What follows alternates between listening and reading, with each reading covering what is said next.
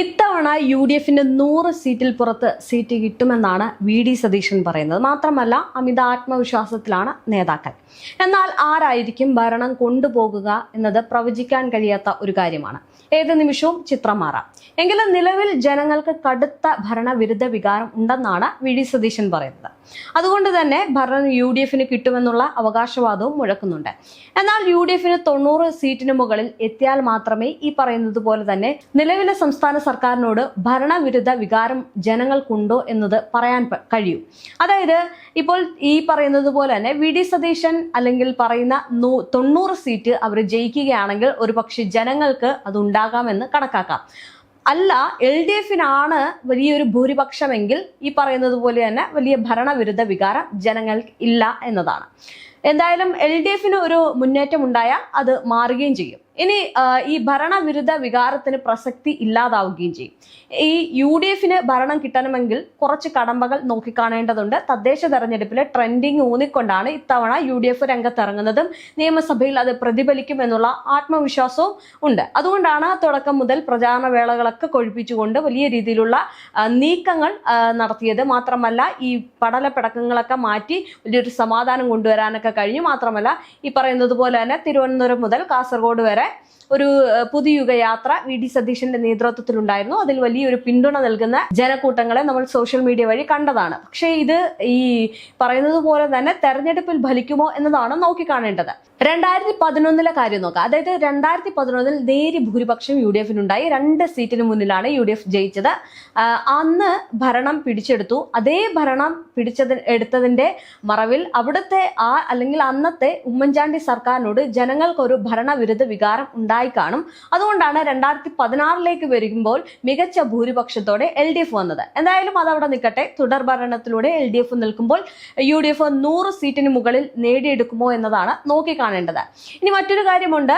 ഈ കഴിഞ്ഞ തവണയും അതിനു മുന്നും, അതായത് 2016 UDF നിർത്തിയ സ്ഥാനാർത്ഥികൾ പലരും തന്നെ ജയിച്ചിരുന്നില്ല. അത് ജയിക്കാത്തതിന്റെ കാരണം പല ജില്ലകളിലും UDFന് അന്ന് തരംഗമാകാൻ കഴിഞ്ഞില്ല. അങ്ങനെ ഒരു ജില്ലയാണ് കോഴിക്കോട്. കോഴിക്കോടിനെ സംബന്ധിച്ചിടത്തോളം ഒരു സീറ്റ് പോലും കോൺഗ്രസിന് ഇല്ലാത്ത ഒരു ജില്ലയാണ്. അതുകൊണ്ട് തന്നെ വലിയ ഭൂരിപക്ഷമൊന്നും കഴിഞ്ഞ തവണ ഉണ്ടായില്ല. പക്ഷെ തദ്ദേശ തെരഞ്ഞെടുപ്പിൽ മുന്നേറ്റം ഉണ്ടാക്കാൻ സാധിച്ചു. അതുകൊണ്ട് തദ്ദേശ തെരഞ്ഞെടുപ്പിലെ കാര്യങ്ങൾ ഞങ്ങൾക്ക് ഇത്തവണ നിയമസഭാ തെരഞ്ഞെടുപ്പിലും കണക്കാക്കാൻ സാധിക്കുമെന്നുള്ള അമിത ആത്മവിശ്വാസമാണ് UDFനുള്ളത്. അതുകൊണ്ട് തന്നെ ഇത്തവണ അവിടുത്തെ നാദാപുരം, കൊയിലാണ്ടി എന്നീ മണ്ഡലങ്ങൾ ജയിക്കുമെന്നുള്ള പ്രതീക്ഷയിലാണ് ഈ പറയുന്ന കോൺഗ്രസ് ഉള്ളത്. എന്തായാലും ഇനി തെക്കൻ കേരളത്തിലേക്ക് നോക്കാം. അതായത് കേരളത്തിന്റെ അങ്ങോളം ഇങ്ങോളം നോക്കുകയാണെങ്കിൽ LDF തദ്ദേശ തെരഞ്ഞെടുപ്പിൽ ഉണ്ടാക്കിയ മുന്നേറ്റം ഈ നിയമസഭാ തെരഞ്ഞെടുപ്പിൽ കൊണ്ടുവരാൻ കഴിയുമെന്നുള്ള വിശ്വാസത്തിലാണ്.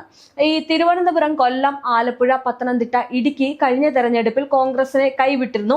ആലപ്പുഴ ഒരു സീറ്റ് മാത്രമേ കിട്ടിയുള്ളൂ. കൊല്ലം 2 സീറ്റ് കിട്ടി. എന്നാൽ പത്തനംതിട്ടയിലും ഇടുക്കിയിലും ഒരു സീറ്റ് പോലും കോൺഗ്രസിന് അനുകൂലമായിട്ട് വന്നില്ല. അതാണ് ഇത്തവണ നോക്കിക്കാണേണ്ടത്. തെക്കൻ കേരളവും കോഴിക്കോടിലെ കാര്യം കൊണ്ട് മാത്രം UDFന് മുന്നേറാൻ ആകുമോ എന്നതാണ്. പക്ഷെ ഇതൊന്നുമല്ല. ഈ കേരളം, അതായത് കാസർഗോഡ് മുതൽ ഈ തിരുവനന്തപുരം വരെ എടുക്കുകയാണെങ്കിൽ ഈ പറയുന്ന ജില്ലകളിൽ ഒന്നുമല്ല കോൺഗ്രസിന്റെ ഒരു മേൽനോട്ടം ഇരിക്കുന്നത് എന്ന് പറയുന്നത് കോൺഗ്രസിന്റെ തട്ടകമായിരുന്ന തൃശ്ശൂരാണ് ഏറ്റവും കൂടുതൽ കോൺഗ്രസിനെ മുന്നിട്ട് നിർത്തുന്നത്. അതായത് തൃശ്ശൂർ കനിയണം കോൺഗ്രസ് ജയിക്കണമെങ്കിൽ. അതായത് രാഷ്ട്രീയ കേരളത്തിൽ തൃശ്ശൂർ ആര് പിടിക്കുന്നു അവർ കേരളം ഭരിക്കുമെന്നൊരു ചൊല്ലുണ്ടായിരുന്നു. ആ ചൊല്ല് കണക്കാക്കിക്കൊണ്ട് അല്ലെങ്കിൽ ആ ചൊല്ലിനെ അടിസ്ഥാനമാക്കിക്കൊണ്ട് കൈവിട്ടു പോയ തൃശ്ശൂർ തിരിച്ചു പിടിച്ച് തൃശ്ശൂരിൽ വലിയ മുന്നേറ്റം ഉണ്ടാക്കാൻ കോൺഗ്രസിന് കഴിഞ്ഞാൽ ഇത്തവണ ഭരണം കോൺഗ്രസ് കൊണ്ടുപോകും എന്നതാണ്. എന്തായാലും തൃശ്ശൂരാണ് ഈ പറയുന്ന കോൺഗ്രസിന് ഏറ്റവും കൂടുതൽ നിർണായകമായിട്ടുള്ള ഒരു ജില്ല എന്ന് പറയുന്നത്. പാലക്കാട് അറിയാം, പാലക്കാടിന് ഒരു വലിയ മുന്നേറ്റം ഉണ്ടാകും. എങ്കിലും ഏറ്റവും കൂടുതൽ മത്സരങ്ങൾ കടുപ്പിക്കുന്ന ഈ ഒരു തൃശ്ശൂർ ജില്ലയാണ്. നമുക്കറിയാം കരുണാകരന്റെ പ്രഭാവം ജില്ലയിൽ ഉടനീളം നിഴലിച്ചിരുന്നു. 2001 തൃശ്ശൂരിൽ 14ൽ 12 സീറ്റും UDFന് അനുകൂലമായിരുന്നു. പക്ഷെ ആ സീറ്റുകളെല്ലാം കൈവിട്ടു പോയി. അന്ന് ശക്തമായിട്ടുള്ള ഒരു നേതൃനിരയുണ്ടായിരുന്നു, അവിടുത്തെ സംവിധാനങ്ങൾ ഉണ്ടായിരുന്നു. യാതൊരുവിധ പ്രശ്നങ്ങളും ഇല്ലാതെ ഏറ്റവും നല്ല രീതിയിൽ തന്നെ പോയി. അതുകൊണ്ട് തന്നെയാണ് ഇത്തവണ അത് നോക്കിക്കാണേണ്ടത്. എന്തായാലും കരുണാകരൻ, മകൻ മുരളീധരൻ ഇവർ കോൺഗ്രസിൽ നിന്ന് പുറത്തു പോയതോടെ തൃശ്ശൂരിൽ വിള്ളൽ വീണു. കോൺഗ്രസിന്റെ നേതൃനിര പോയി. അവിടെ കോൺഗ്രസിന് വലിയ ക്ഷീണമുണ്ടായി. അവർക്ക് അവിടെ ഉണ്ടായിരുന്ന മണ്ഡലങ്ങളെല്ലാം ഇല്ലാതെയായി. പക്ഷെ ആ മണ്ഡലങ്ങൾ തിരിച്ചു പിടിക്കണമെന്ന നീക്കത്തിലൂടെയാണ് നിയമസഭാ തെരഞ്ഞെടുപ്പിൽ വലിയ മുന്നേറ്റം കൊണ്ടുവരാൻ അവർ ശ്രമിച്ചത്. കാരണം പ്രചാരണ വേളയിലൊക്കെ രാഹുൽ ഗാന്ധിയൊക്കെ എത്തിയിരുന്നു. എന്തായാലും കോൺഗ്രസും കമ്മ്യൂണിസ്റ്റും മാറി മാറി ഭരിക്കുന്ന ലോക്സഭാ മണ്ഡലമാണ് തൃശൂർ. 1952 മുതൽ 2019 വരെയുള്ള ലോക്സഭാ തെരഞ്ഞെടുപ്പുകളിൽ ചിത്രം വ്യക്തമാണ്. നിലവിൽ കോൺഗ്രസിനൊപ്പമുള്ള തൃശൂർ ലോക്സഭാ മണ്ഡലം ഗുരുവായൂർ, മണലൂർ, ഓലൂർ, തൃശൂർ നാട്ടിക, ഇരിങ്ങാലക്കുട, പുതുക്കാടി എന്നീ നിയമസഭാ മണ്ഡലങ്ങൾ ഉൾപ്പെടുന്നതാണ്. സംസ്ഥാനത്തെ പ്രധാനപ്പെട്ട മണ്ഡലങ്ങളിൽ ഒന്നാണ് തൃശൂർ. തൃശൂർ ലോക്സഭാ മണ്ഡലത്തിന് കീഴിൽ വരുന്ന തൃശൂർ വാശിയേറിയ പോരാട്ടം നടക്കുന്ന നിയമസഭാ മണ്ഡലം കൂടിയാണ്. എന്തായാലും നഗരസഭയിലെ 1 മുതൽ 11 വരെയും 14 മുതൽ 22 വരെയും 32 മുതൽ 39 വരെയും 43 മുതൽ 50 വരെ എന്നീ വാർഡുകളിൽ ഉൾക്കൊള്ളുന്നതാണ് ഈ മണ്ഡലം. കഴിഞ്ഞ കാലങ്ങളിലെ വമ്പൻ തിരിച്ചടികൾക്ക് ശേഷം UDF ജില്ലയിൽ തിരിച്ചുവരവ് നടത്തിയ തെരഞ്ഞെടുപ്പായിരുന്നു 2025 നടന്ന തദ്ദേശ തെരഞ്ഞെടുപ്പ്. ഞാൻ നേരത്തെ പറഞ്ഞതല്ലോ, തദ്ദേശ തെരഞ്ഞെടുപ്പിലെ ട്രെൻഡിങ് കൊണ്ടുവരാനാണ് മാക്സിമം UDF നോക്കുന്നത്. അത് ലോക്സഭയിൽ വരുമെന്നുള്ള പ്രതീക്ഷയിലാണ്. എന്തായാലും ഈ പറയുന്നത് പോലെ തന്നെ ഈ തൃശൂർ എന്ന് പറയുന്നത് അവർക്ക് വലിയൊരു നിർണായക ഘടകമായിരിക്കും. ഈ തെരഞ്ഞെടുപ്പിൽ തൃശൂര് കൈവിട്ടു പോയ മണ്ഡലങ്ങളെല്ലാം തിരിച്ചു പിടിക്കാനുള്ള ശ്രമം കൂടിയാണ്. ആ തിരിച്ചുപിടി നടന്നു കഴിഞ്ഞാൽ, അത് ഏറ്റവും കൂടുതൽ വിജയത്തിലേക്ക് എത്തിക്കഴിഞ്ഞാൽ പിന്നെ കേരളം ഒരുപക്ഷെ UDFന്റെ കയ്യിലേക്ക് പോകാനുള്ള സാധ്യതകൾ ഏറെയാണ്. എന്തായാലും ലോക്സഭാ തെരഞ്ഞെടുപ്പിൽ നേടിയ മേധാവിത്വം NDAക്ക് തദ്ദേശ തെരഞ്ഞെടുപ്പിൽ തുടരാനായില്ല. അത് ഈ പറയുന്നത് പോലെ ഗുണം ചെയ്യുന്നത് UDFനെയാണ്. 10 വർഷത്തിന് ശേഷം തൃശൂർ കോർപ്പറേഷൻ ഭരണം UDF തിരിച്ചു പിടിച്ചു. 2020 16 പഞ്ചായത്തുകളിൽ മാത്രം ജയിച്ച UDF ഇത്തവണ അത് 34 ആക്കി ഉയർത്തി. തദ്ദേശ തെരഞ്ഞെടുപ്പിൽ ജില്ലാ പഞ്ചായത്ത് ഭരണം നിലനിർത്താനായത് LDFന് വലിയ ആശ്വാസമായിരുന്നു. എന്തായാലും നിലവിൽ ഭരണമുണ്ടായിരുന്ന ചാലക്കുടി, ഇരിങ്ങാലക്കുട നഗരസഭകൾ UDF നിലനിർത്തുകയും ചെയ്തു. ഇതായിരുന്നു UDFന്റെ വലിയൊരു മുന്നേറ്റം എന്ന് പറയുന്നത്. അതായത് കഴിഞ്ഞ കാലങ്ങളിലെ നിയമസഭാ തെരഞ്ഞെടുപ്പിൽ കൈവിട്ടു പോയ കെ മുരളീധരൻ, അതുപോലെ തന്നെ കെ കരുണാകരൻ, ഇവര് കോൺഗ്രസിൽ നിന്ന് പുറത്തു പോയതോടെ അവർക്ക് നഷ്ടമായിട്ടുള്ള മണ്ഡലങ്ങളെല്ലാം തന്നെ തിരിച്ചു പിടിക്കാനുള്ള ശ്രമത്തിലാണ് കോൺഗ്രസ് ഉള്ളത്. തദ്ദേശ തെരഞ്ഞെടുപ്പിൽ അതുപോലെ തന്നെ LDFന്റെ തട്ടകമായിരുന്ന നഗരസഭകളൊക്കെ UDF നിലനിർത്തി. അതുകൊണ്ട് UDFന് തൃശൂർ വീണ്ടും പിടിക്കാമെന്ന ഒരു ഉറച്ച വിശ്വാസം വന്നു. ആ വിശ്വാസത്തിലാണ് നിയമസഭയിലും വലിയ രീതിയിൽ തന്നെ അവിടെ പ്രചാരണങ്ങളും ഈ രാഹുൽ ഗാന്ധി വരുന്ന കാര്യങ്ങളൊക്കെ നടന്നിരുന്നത്. എന്തായാലും എങ്ങനെയെങ്കിലും തൃശൂർ പിടിക്കുക എന്ന ലക്ഷ്യം തന്നെയായിരുന്നു UDFനുണ്ടായിരുന്നത്. ഇത്തവണ ജില്ലയിലെ നിയമസഭാ തെരഞ്ഞെടുപ്പിൽ ട്വിസ്റ്റ് ഉണ്ട് എന്ന് പറയുന്നത് വെറുതെ അല്ല. കഴിഞ്ഞ തവണ മത്സരിച്ച 2 പേരാണ് ഇത്തവണ മറുപാളയത്തിൽ ചേർന്ന് മത്സരിക്കുന്നത്. തൃശൂരിൽ കോൺഗ്രസിനായിട്ട് മത്സരിച്ച പത്മജ വേണുഗോപാലും നാട്ടികയിൽ CPI സ്ഥാനാർത്ഥിയായിട്ട് മത്സരിച്ച CC മുകുന്ദനും ഇത്തവണ NDA സ്ഥാനാർത്ഥികളാവുകയാണ്. അതൊരു പക്ഷേ UDFന് വലിയ രീതിയിലുള്ള അനുകൂലമായിട്ട് മാറും. എന്തായാലും 4 മണ്ഡലങ്ങളിലൊഴികെ സിറ്റിംഗ് MLAമാർ തന്നെയാണ് ഇത്തവണ മത്സരിക്കുന്നത്. മന്ത്രിമാരായിട്ടുള്ള കെ രാജനും ആർ ബിന്ദുവും ഇത്തവണയും മത്സര രംഗത്തുണ്ട്. എന്തായാലും തൃശൂരിനെ ഒന്ന് നോക്കാം.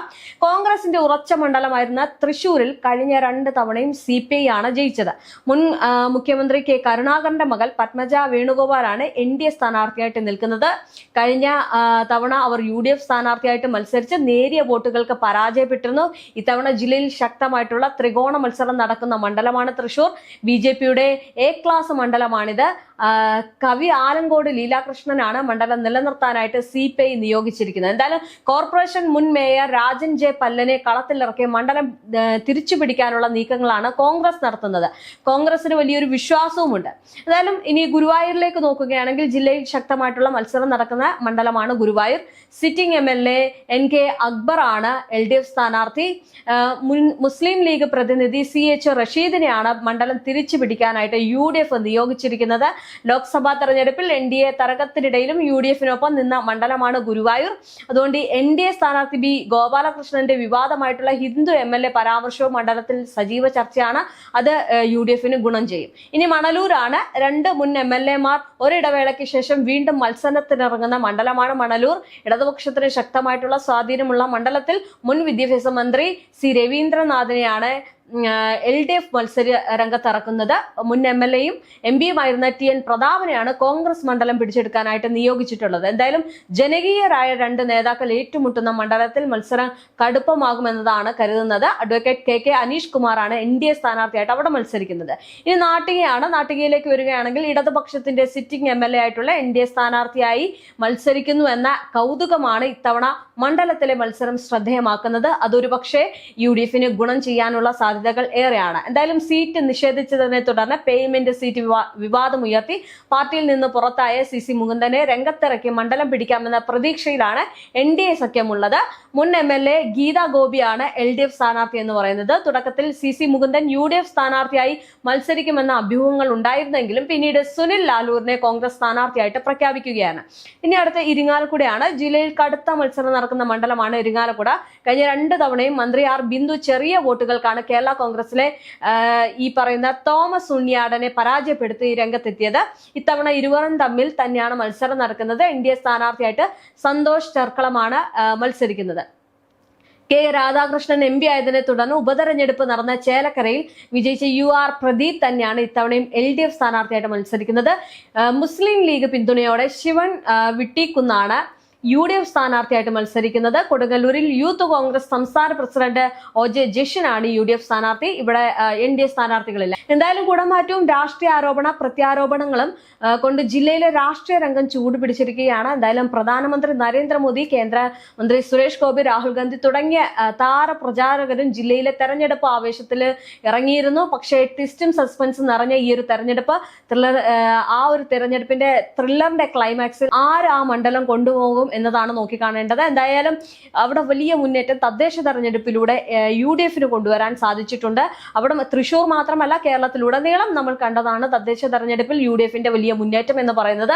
LDFന്റെ കുത്തക മണ്ഡലങ്ങളിലെ പല പഞ്ചായത്തുകളും UDF തൂത്തുവാരിയിരുന്നു. അത് നമ്മൾ തദ്ദേശ തെരഞ്ഞെടുപ്പിലെ ഫലം വന്നപ്പോൾ കണ്ടതാണ്. അത് തന്നെയാണ്, അല്ലെങ്കിൽ അത്തരം നീക്കങ്ങൾ തന്നെയാണ് നിയമസഭാ മണ്ഡലത്തിൽ നടക്കുന്നത് എന്ന ഉറച്ച വിശ്വാസത്തിലാണ് എന്തായാലും UDF ഉള്ളത്. UDFന് വലിയ മുന്നേറ്റം ഉണ്ടാകുമെന്നാണ് പ്രതീക്ഷിക്കുന്നത്. എന്നിരുന്നാലും ആരായിരിക്കും ജയിക്കുക എന്നത് ഒരിക്കലും പ്രവചിക്കാൻ കഴിയാത്ത ഒന്നാണ്.